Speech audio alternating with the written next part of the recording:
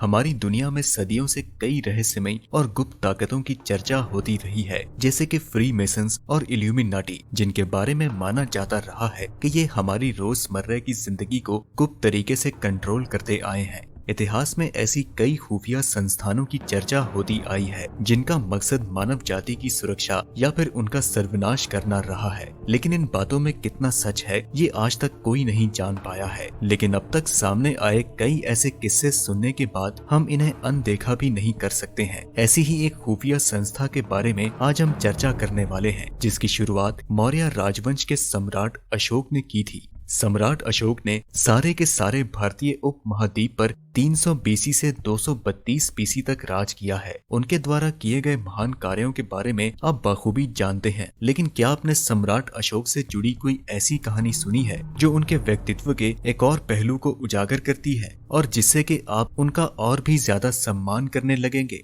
ये कहानी है महाराजा अशोक द्वारा नियुक्त किए गए 9 अज्ञात लोगों की, जिनको अशोक ने 9 रहस्यमयी किताबों को सुरक्षित रखने की जिम्मेदारी सौंपी थी। उन 9 किताबों में 9 अलग अलग प्रकार के ज्ञान का वर्णन विस्तार से किया गया है। उनका काम था कि इन किताबों को किसी गलत हाथ में लगने से बचाना। ये 9 लोग दुनिया के अलग अलग कोनों में भेजे गए थे। बड़े ही शांत और मौन रहकर ये लोग दुनिया में आए कई बदलावों को देखते आए हैं। हमारी ज्ञान की सीमा के बाहर ये गुप्त लोग द 9 अननोन या फिर अशोक के नवरत्न कहलाते हैं। लेकिन इन 9 लोगों को नियुक्त करने के पीछे क्या कारण था? सम्राट अशोक को ऐसा क्या लगा कि उन्होंने इन 9 लोगों को नियुक्त कर दिया? आइए हम इन्हीं बातों को विस्तार से जानते हैं।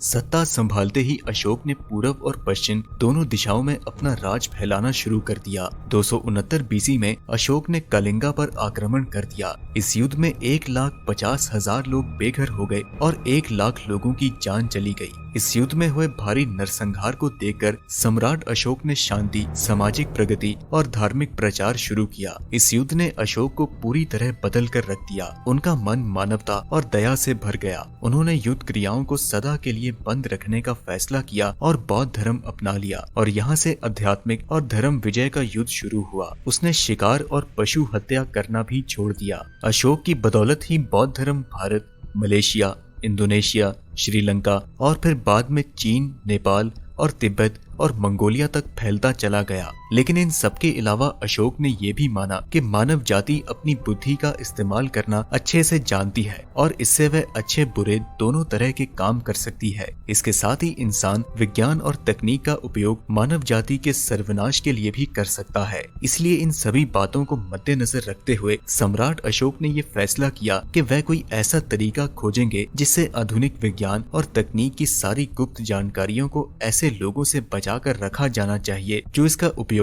मानव जाति के खिलाफ कर सकते हैं। और इसी कारण अशोक ने 9 लोगों की एक खुफिया संस्था तैयार की जो कि बाद में 9 अननोन कहलाए जाने लगे। इन 9 लोगों को आधुनिक विज्ञान की सभी गुप्त जानकारियों को गलत हाथ में लगने से बचाने का जिम्मा सौंपा गया था, ताकि ये जानकारियां सिर्फ और सिर्फ मानव जाति के कल्याण के लिए ही इस्तेमाल हो सकें। और इसी तरह से अशोक के नवरत्नों का जन्म हुआ। इसके लिए अशोक ने 9 ऐसे भरोसेमंद शिष्यों को चुना और हरेक को एक गुप्त ज्ञान सौंपा, जिसमें हरेक ने अलग अलग विषय पर हमारी सभ्यता की शुरुआत से लेकर उस समय तक मानव द्वारा इकट्ठी की गई सभी जानकारियां मौजूद थी और उन्हें ये निर्देश दिए गए कि वह अपने विषय पर आगे भी शोध करते रहें। माना जाता है कि इन 9 लोगों ने मौत पर जीत हासिल करने के भी तरीके खोज रखे थे। इसलिए इनके बारे में ये कहानी मशहूर है कि इन लोगों ने कई सालों तक बहुत सी सभ्यताओं को बनते और बिगड़ते देखा है। इन 9 अज्ञात लोगों को ये सख्त निर्देश दिए गए थे कि ये कभी भी दुनिया को अपनी असल पहचान नहीं बताएंगे। ऐसा माना जाता है कि उन्होंने सदियों के अनुभव से बहुत ही शक्तिशाली और गुप्त जानकारियां इकट्ठी की थी। यहाँ तक कि इन 9 लोगों ने अपनी एक अलग भाषा का निर्माण किया था जिसे उनके अलावा और कोई समझ नहीं सकता। इनके बारे में ऐसा भी कहा जाता है कि इन्होंने कभी भी प्रत्यक्ष रूप से मानव जाति के लिए किसी काम में भूमिका अदा नहीं की, सिवाय उस समय के जिस समय मानव जाति को चमत्कार की जरूरत थी। ये 9 लोग 9 अलग अलग प्रकार की विद्या के लिए जाने जाते हैं। इनमें से कुछ जानकारियां ऐसी हैं जिनके बारे में लोगों को आज तक नहीं पता,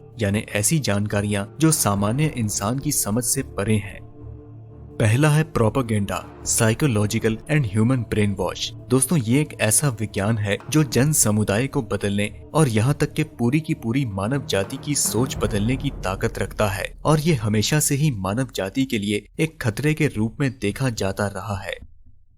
दूसरा है फिजियोलॉजी यानी कि साइंस ऑफ किलिंग। उस जमाने का ये विज्ञान जो आज के दौर में फिजियोलॉजी कहा जाता है, इसमें अलग अलग तरह के जहर बनाने की जानकारी दी गई है। इसके साथ ही इस विज्ञान में इंसान के शरीर के उन प्रेशर पॉइंट्स की जानकारी भी दी गई है जिन्हें महज छूने से ही इंसान की जान जा सकती है। इस ज्ञान का मकसद किसी शख्स को महज छूकर ही कत्ल कर देना था। इसे उस दौर में टच ऑफ डेथ यानी मौत का लफ्ज भी कहा जाता था। कहा जाता है कि जूडो, कुंगफू, टाइकोंडो और शाओलिन नाम के मार्शल आर्ट्स की शुरुआत भी इसी किताब से हुई थी।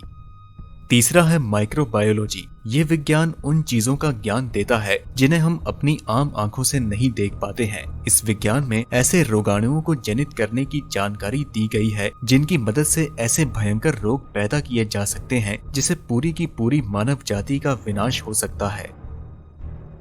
चौथा है केमिस्ट्री यानी कि रसायन शास्त्र। कहा जाता है कि इस किताब में धातुओं को सोने में तब्दील करने और अमर होने के लिए बनाए जाने वाले गुप्त रसायनों की जानकारी दी गई है। अशोक के नवरत्न केमिया में माहिर शख्स ने सोना बनाने का हुनर हासिल कर लिया था और इसीलिए उस दौर में कायम होने वाले मंदिरों और गौतम बुद्ध की मूर्तियों में सोने का भारी मात्रा में इस्तेमाल नजर आता है।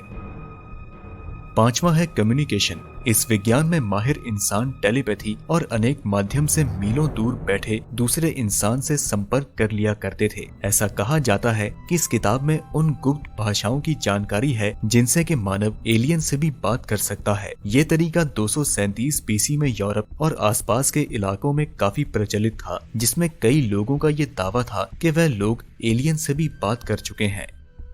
अगला है ग्रेविटी यानी कि गुरुत्वाकर्षण। इस किताब में ग्रेविटी यानी गुरुत्वाकर्षण की विस्तार से जानकारी दी गई है। इसमें विमान बनाने और गुरुत्वाकर्षण के विरुद्ध काम करने की भी जानकारी दी गई है। सातवां है कॉस्मोलॉजी यानी कि अंतरिक्ष विज्ञान। इस किताब में हमारे ब्रह्मांड की कई रहस्यमयी जानकारियां दी गई हैं। ऐसा माना जाता है कि इसमें रोशनी के रफ्तार से भी तेज यात्रा करने, उसकी रफ्तार को बढ़ाने या घटाने और यहाँ तक के समय यात्रा के बारे में भी बताया गया है। आठवां है सोशियोलॉजी यानी कि सामाजिक विज्ञान। सबसे आखिर में इस किताब में बड़े बड़े सभ्यताओं को बसाने या फिर उनके विनाश के बारे में बताया गया है। तो दोस्तों ये वह 9 किताबें थी जिन्हें सम्राट अशोक ने अपने चुनिंदा 9 लोगों को किसी गलत हाथ से सुरक्षित रखने का जिम्मा सौंपा था। इन किताबों की जानकारियों को पूरी तरह गुप्त ही रखा गया था, लेकिन कई दफा इन किताबों की छिपी हुई जानकारियां मानव जाति के सामने आती रही हैं, जिनकी मदद से मानव ने बहुत सी नई नई खोजें की हैं। वह 9 लोग कौन थे, उनका क्या धर्म था और वे किस समुदाय के थे, ये आज तक एक रहस्य है। लेकिन इतना तो तय है कि उन्हें सम्राट अशोक द्वारा ही नियुक्त किया गया था। हो सकता है कि उनका अस्तित्व आज भी इस दुनिया में मौजूद है, जिन्हें हम इल्यूमिनाटी के नाम से जानते हैं। दोस्तों आपकी इसके बारे में क्या राय है, हमें कमेंट करके जरूर बताएं। वीडियो पसंद आई तो इसे लाइक करें और अपने दोस्तों के साथ ज्यादा से ज्यादा शेयर करें। अगर आप हमारे चैनल पर नए हैं तो हमें सब्सक्राइब करना ना भूलें और बेल आइकन भी दबा दें, जिससे कि आपको हमारी आने वाली हर वीडियो की नोटिफिकेशंस बाकायदा मिलती रहे।